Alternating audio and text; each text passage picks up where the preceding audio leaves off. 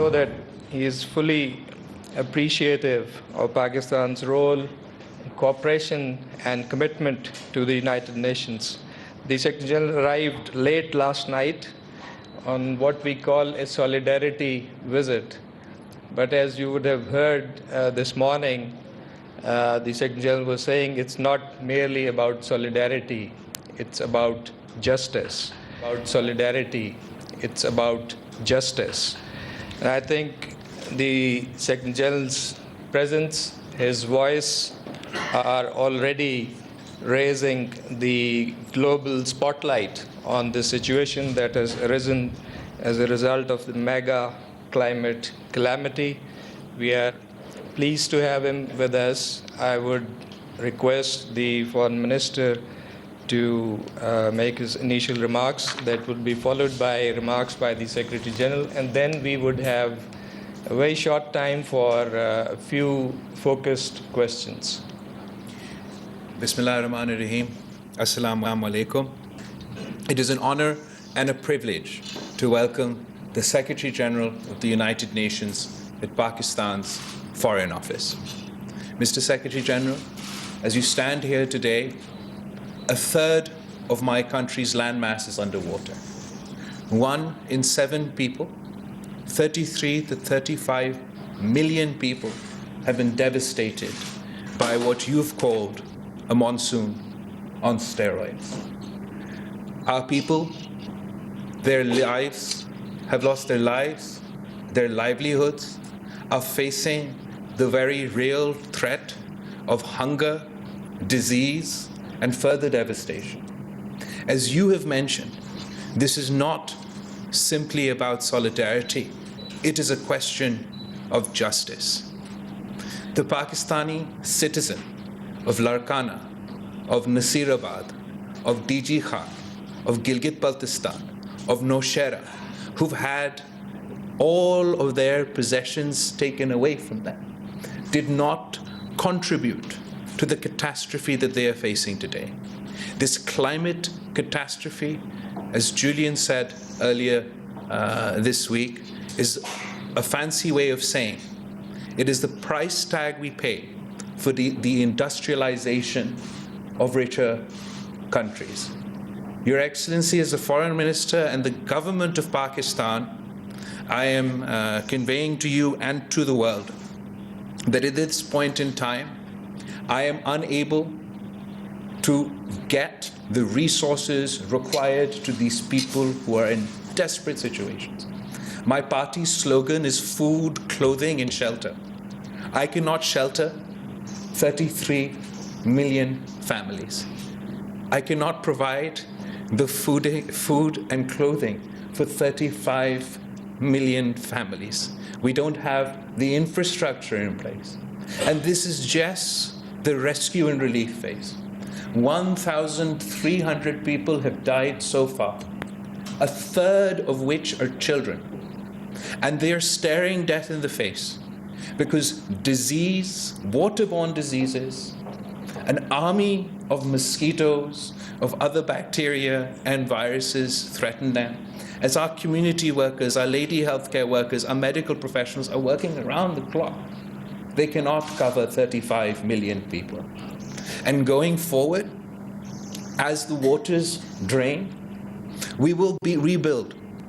We have to rebuild our lives, we have to rebuild their lives, we have to rebuild their houses, we have to rebuild their schools, we have to rebuild their hospitals, they have to rebuild their infrastructure. And we know that we cannot do this alone, but we will do this together.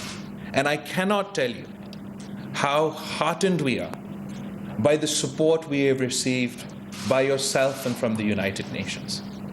So soon after this catastrophe, you've arrived here yourself. I told you earlier that your resident coordinator has been driving around our country, from Balochistan through floodwaters of Sindh, all over the place. We are incredibly grateful to the United Nations. And I must say, a whole generation of Pakistanis, and we can't necessarily blame them, who might have a more cynical view of the United Nations. Today, your actions, your love, your support to us in this incredibly difficult time, has reignited the faith of a generation of Pakistanis in the United Nations. And this is the generation that has to suffer the cost of climate change. I look forward, Your Excellency, to working with you and working with your team, not only to save the people of my country, but to work with other developing countries who have not contributed to the catastrophe of climate change, but are paying with their lives and livelihoods. And we have confidence. We have confidence in the United Nations. We have confidence in our international partners that they will not leave us in our difficult times. And we will build Pakistan back and build back better. Once again, Your Excellency, we're incredibly grateful for your presence. Thank you very much, Honourable Minister, for your kind words. Ladies and gentlemen of the media, good afternoon. I'm here to express my deep solidarity with the Pakistani people over the devastating loss of life, human suffering, and physical damage caused by this year's floods, a product of the intensification of climate change. Today, I was briefed by Prime Minister Sharif, Foreign Minister Bhutto, and other senior members of the government on the latest developments. Some regions of Pakistan have just experienced their wettest August on record, and rainfall in some provinces was up to 8 times higher than usual. Climate change is there. And tomorrow I'll see the impact of the floods in different areas of the country. But we have all seen media images of the extraordinary destruction. And I can only imagine the power and ferocity of the water as it bore down on villages, roads, bridges, and everything else in its path. It was clearly terrifying, a wall of water. And my heart goes out to everyone who has lost loved ones in the tragedy, and all those who have been affected by the loss of their homes, their businesses, and their livelihoods. I visited Pakistan many times when I was High Commissioner for Refugees.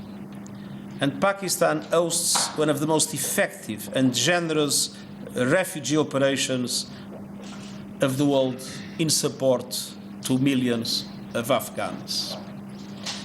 So this is not my first visit to Pakistan. I have a love affair with the Pakistani people now for 17 years. I was, in 2005, talking to the victims of the earthquake. I remember the devastation of the floods in 2010. And I remember being with displaced people when you had this terrorist attack going down the Swat Valley and coming close to Islamabad and seeing how dramatic their situation is. And many times in Baluchistan and Khyber Pakhtunkhwa, I saw how Afghan communities were generously hosting Afghan refugees. And one thing I always discovered in Pakistan was the way people would support other people, Pakistanis or Afghans. Communities would support other communities with an enormous sense of generosity and solidarity. And so it is very emotional for me to see the level of suffering that so many Pakistanis are having at the present moment. Because it is heartbreaking to see such a generous people going through this crisis. No country deserves this fate, but particularly no countries like Pakistan that have done almost nothing to contribute to global warming.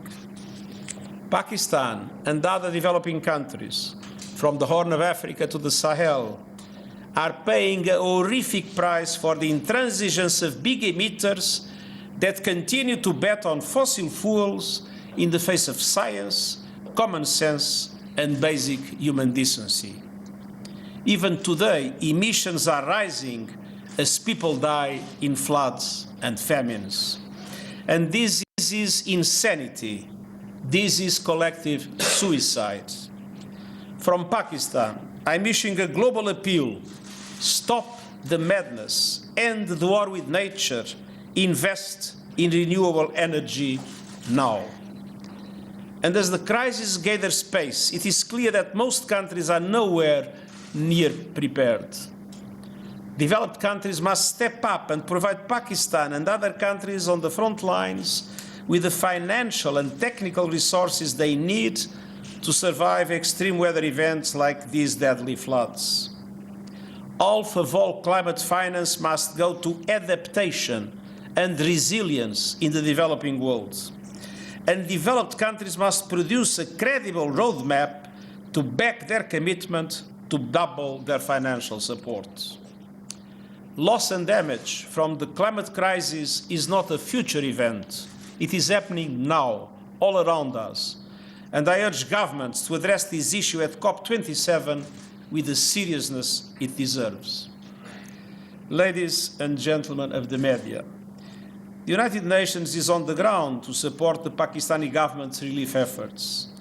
We and the civil society are making good use of the funds released from the UN Central Emergency Response Fund, and we are stepping up our efforts through an air bridge from Dubai. Our people have delivered food or cash assistance to hundreds of thousands of people in Balochistan and Sindh, tons of emergency supplies to support children and women. But let's be clear, what we have done is a drop in the ocean of the needs of the Pakistani people. Hundreds of thousands of people are living in camps, and many more, 6 million, as far as I know, are with host communities that are sharing everything with them. An important reason for my visit is to draw the attention of the international community to this climate catastrophe and to appeal to massive support. Pakistan needs massive financial support for the relief and then for the recovery. And as I said this morning, and I repeat, it's not a matter of solidarity or generosity, it's a matter of justice. Before I conclude, allow me to say a few words about the passing of Her Majesty Queen Elizabeth II. On behalf of the United Nations, I extend my sincere condolences to the Queen's family and to the people of the United Kingdom and the wider Commonwealth. Queen Elizabeth exemplified the values of calmness, dignity, and grace. For as long as I can remember, she has been a reassuring presence on the global stage. Thank you. Thank you. Colleagues, for better time management, I would like to request you to pose a single, concise question so that we can have the corresponding answers. Gentlemen, on the right side. Yes. Thank you, Your Excellency. Thank you, Your Excellency. It's Jiang Chao with China. No accents. It's Jiang Chao with China's Xinhua News. I will speak louder. It's Jiang Chao with China's Xinhua News Agency. We have witnessed such a huge loss and damage in Pakistan due to flood and world climate change. And I know that during a recent interview, Pakistani UN Ambassador Mr.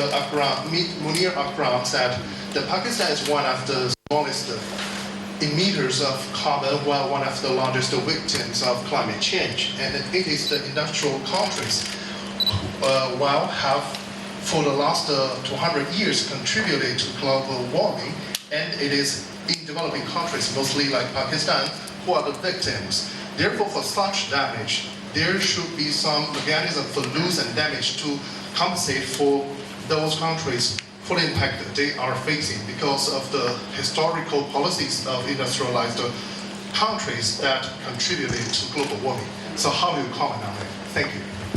Well, it is obviously that there are a number of countries in the world. We calculate about 15 hotspots where countries are particularly vulnerable and are already paying a heavy price in relation to climate change.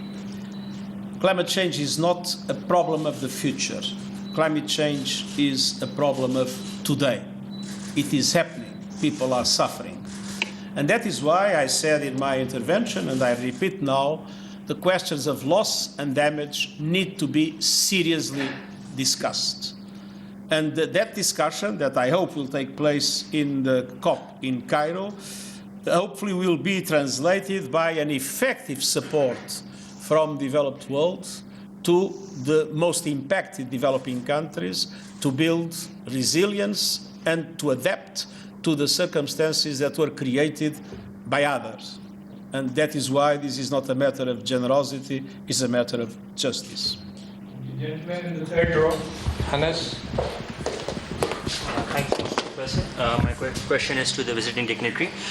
You've talked about justice to the Pakistanis precisely because of this climate change. But we've seen that the UN flash appeal is just $160 million, while the initial estimates are about $10 billion, and that can go up. So what will the UN do from your office to ensure that this appeal is magnified, this scope is the horizon is widened up, and that justice monetarily for the people of Pakistan is ensured? Thank you. When there is a crisis anywhere in the world, we issue in the next few days a so-called flash appeal. And the flash appeal has not as an objective to gather the funds to solve the problem. It has as an objective to raise some funds to start being able to act. We need much more than what was in that flash appeal. And especially the government of Pakistan must be supported directly by the international community. We have discussed today the possibility of organizing, and we are ready to organize it together with the Pakistani government. Of course, this is a decision for the Pakistani government to take. As soon as there is a clear assessment of the needs, both in relation to relief, but also in relation to rehabilitation and reconstruction, to organize an international conference aiming of a global mobilization of support to Pakistan at the levels which are many billion, let's be clear, at the levels that will be necessary to solve the problem. Flash appeals are something that we launch in any circumstances in the world, just to allow for agencies to start providing the minimum relief of the first days. Thank you. A little bit of gender balance, Madam Samara. Thank you, Excellency. This is Sumaira Khan from Sama Television. Sir, my question would be, you just talked about a conference, and I was about to ask that is there any donors conference on card, and if the Pakistani government and... sorry? Is there any donor conference on the card? I was about to ask the same question. You just hinted upon that there would be, there are chances of having a conference once the estimates are clear. So, first part of my question would be from you, that if we are going to hold a donors conference, keeping in the view scenarios of the refugee situation as well, because we just had fall of Kabul last year and Russia-Ukraine situation as well. So having those scenarios simultaneously going on, do you think the other governments would be generous enough to contribute their wealth and their resources for the flood affectees of Pakistan? And second part is from the respected Foreign Minister of Pakistan. Sir, if there is a donor conference, how we are planning to present our facts and figures to the international community, and specifically, are we doing something about attracting the other organization, OIC for instance, and the the forums we have for the Muslim Ummah? Thank you. Of course, I am worried with the fact that we are witnessing some reductions in official development aid, and that we have several of our operations severely underfunded. So there is a concern in relation to that. But this is not a usual event. This is an unprecedented event.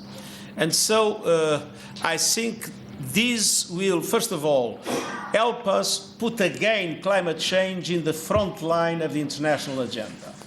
Climate change has been losing ground in the international agenda, both in relation to the political development and in relation to even the media coverage. And it's absolutely essential to put it again in the international agenda, because climate change is the defining issue of our time. And based on that, I have hopes that a conference being able to show, and I mean the images are absolutely appalling. I believe a conference will be able to make conscience of people work and to mobilize the support that is needed. And this support is not only thinking about these floods. Let's not forget that monsoons have not ended, that the melting of glaciers will go on and for a number of years will still increase. So we need to support Pakistan to be prepared for the future, not only to respond to the present crisis. Thank you for your question. First of all, I want to reiterate how grateful we are to the United Nations. There are scenarios where you're in a difficult situation and you say that I am facing this problem, I need help. In this situation, it wasn't that Pakistan reached out to the United Nations or the Secretary General and said, sir, we need your help. The Secretary General, on his own accord, is here, ready and willing to help. So I think it speaks to the compassion of the Secretary General of the United Nations and his leadership, that he has owned our crisis that is not only a Pakistani crisis, but is a global crisis. As far as your questions about the donor conference is concerned, so we've already had our flash appeal, like the Secretary General said. It's an initial appeal just for the basic, to sort of get things going. As far as the donor conference is concerned, that we are waiting for our damage assessment to be comprehensively completed. At the moment, we are still in the rescue and relief phase. We are still saving people from imminent danger, and we are still desperately trying to get rations and relief to those who need it. As we speak, places like Dadu and Sevan are desperately trying to save their populations from inundation, from flooding, while smaller towns and villages are being inundated by floodwater. One of the largest, if not the largest lake in Asia has broke its banks not once, not twice, but thrice. So we're still facing the sort of calamity itself. Once the water recedes, you will have a comprehensive damage needs assessment that will put us in a position to work with the international community. And we're very grateful once again that, and rather than me asking the Secretary General that, sir, I need your help for a donors conference, he himself has offered his good offices to support us in that event when the time comes. So with your permission, maybe two last questions, Mr. Karacha, followed by Mr. Madeen Haider. Thank you very much. Excellency, thank you for coming over to Pakistan. I'm here, and you are not a stranger even for us. We acknowledge as a friend that he is here. Massive destruction that you talked about, and no end still for the miseries of human beings, but I was really touched when you also talked about the war on terror.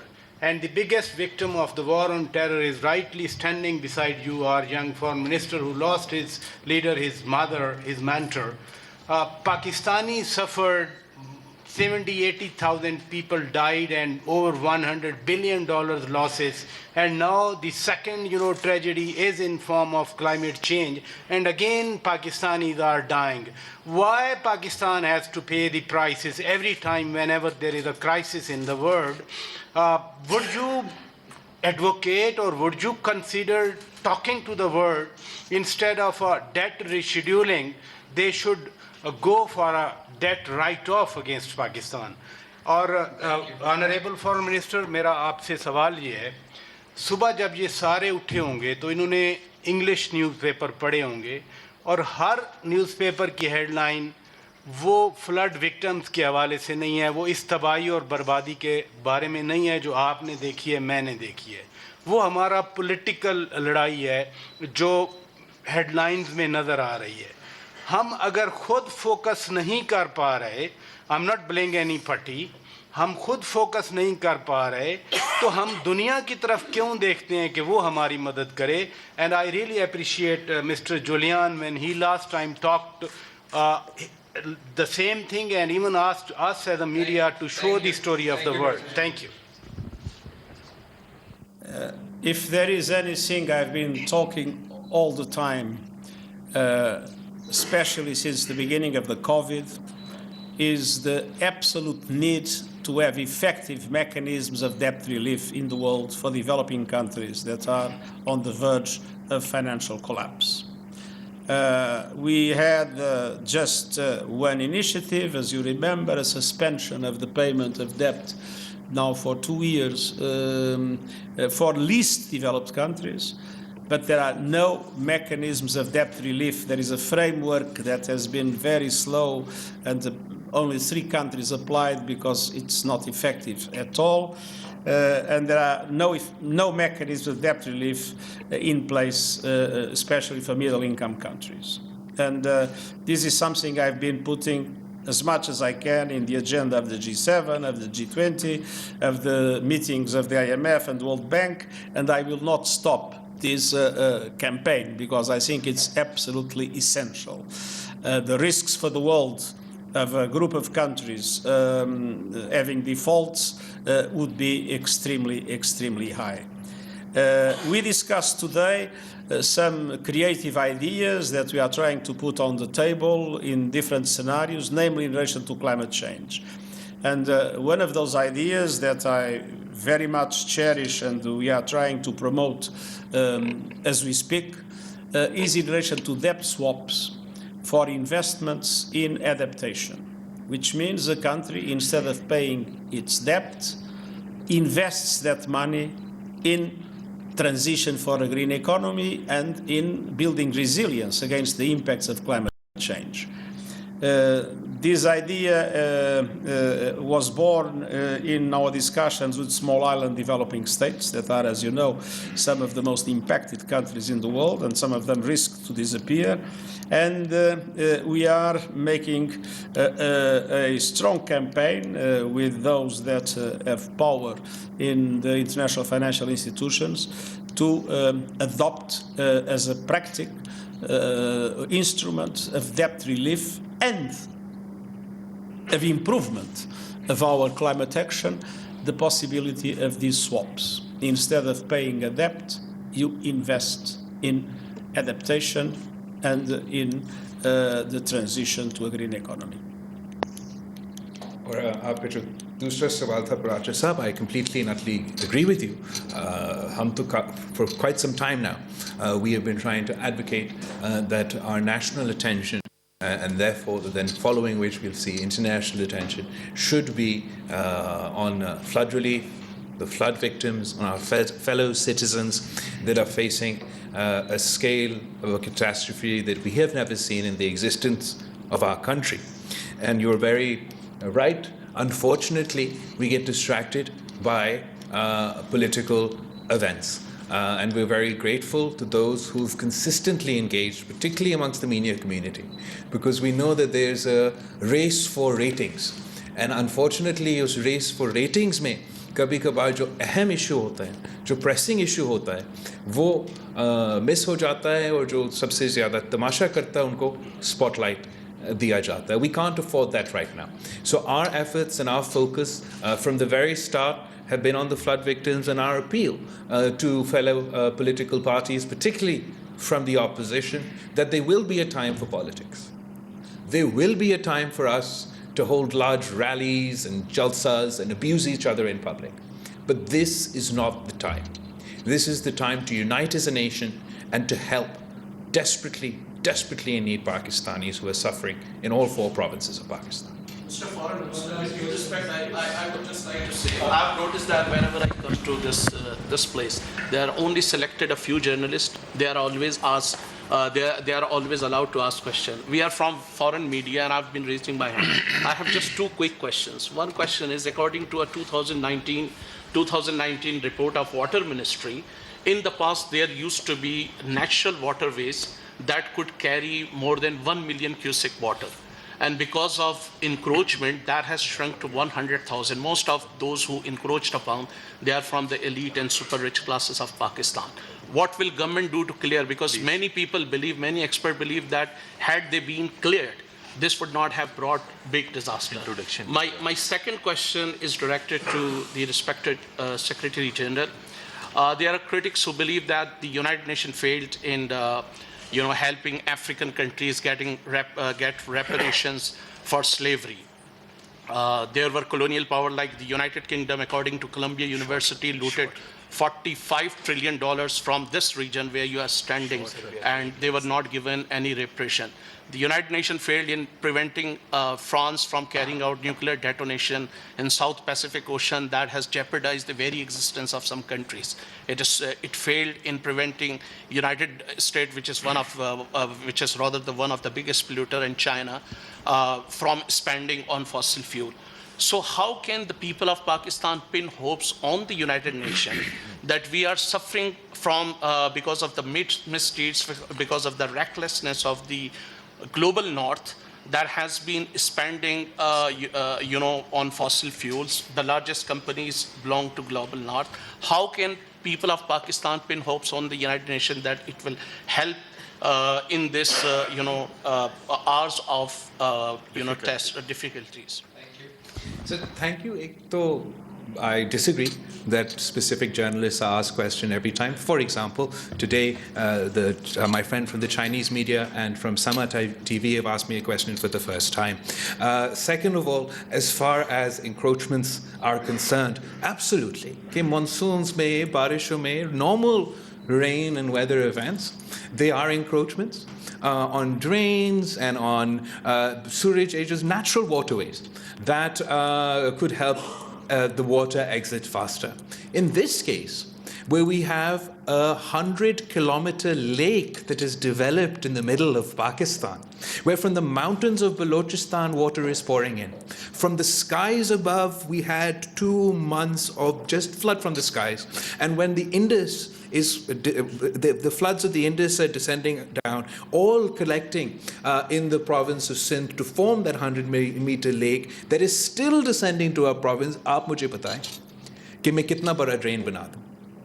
कौन सा drain खड़ा हो सकता है? कहाँ dam खड़ा हो सकता है जो 100 किलोमीटर वाइड लेक को रोक सकता है, जो 100 किलोमीटर वाइड लेक को ड्रेन कर सकता है?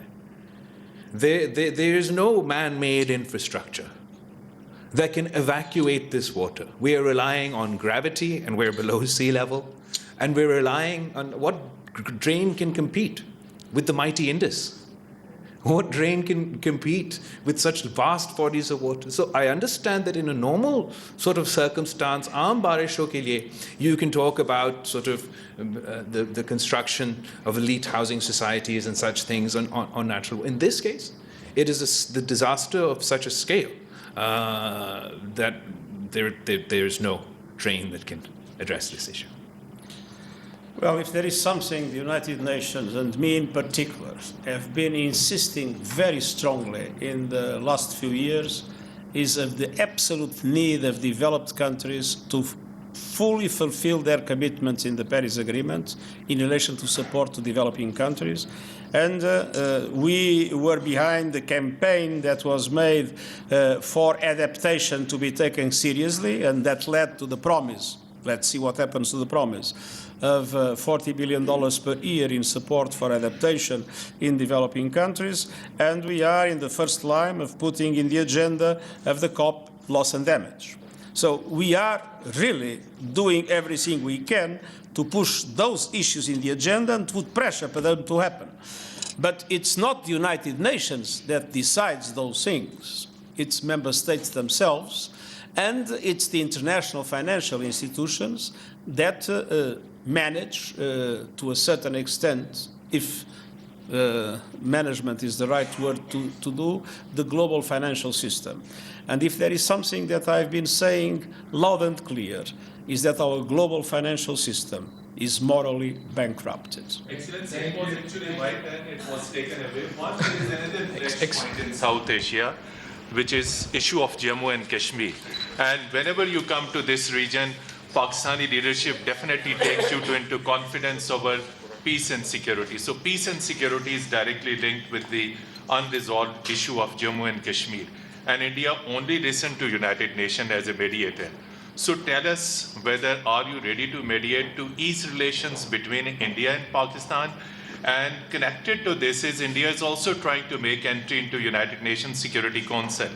So with the worst human rights violation record, So in the days to come, do you think India will be given entry into the UN Security Council, or there are some other plans? What are other plans as far as reforms are concerned?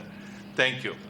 As a matter of fact, if there is something that I've been always offering is my good offices in mediation.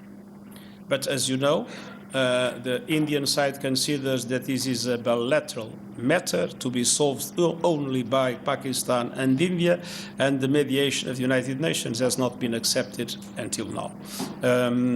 On the other hand, we have been very active in relation to the clear affirmation that human rights must be respected. Thank you very much. Thank you. Thank you so much. Thank you so much, everybody.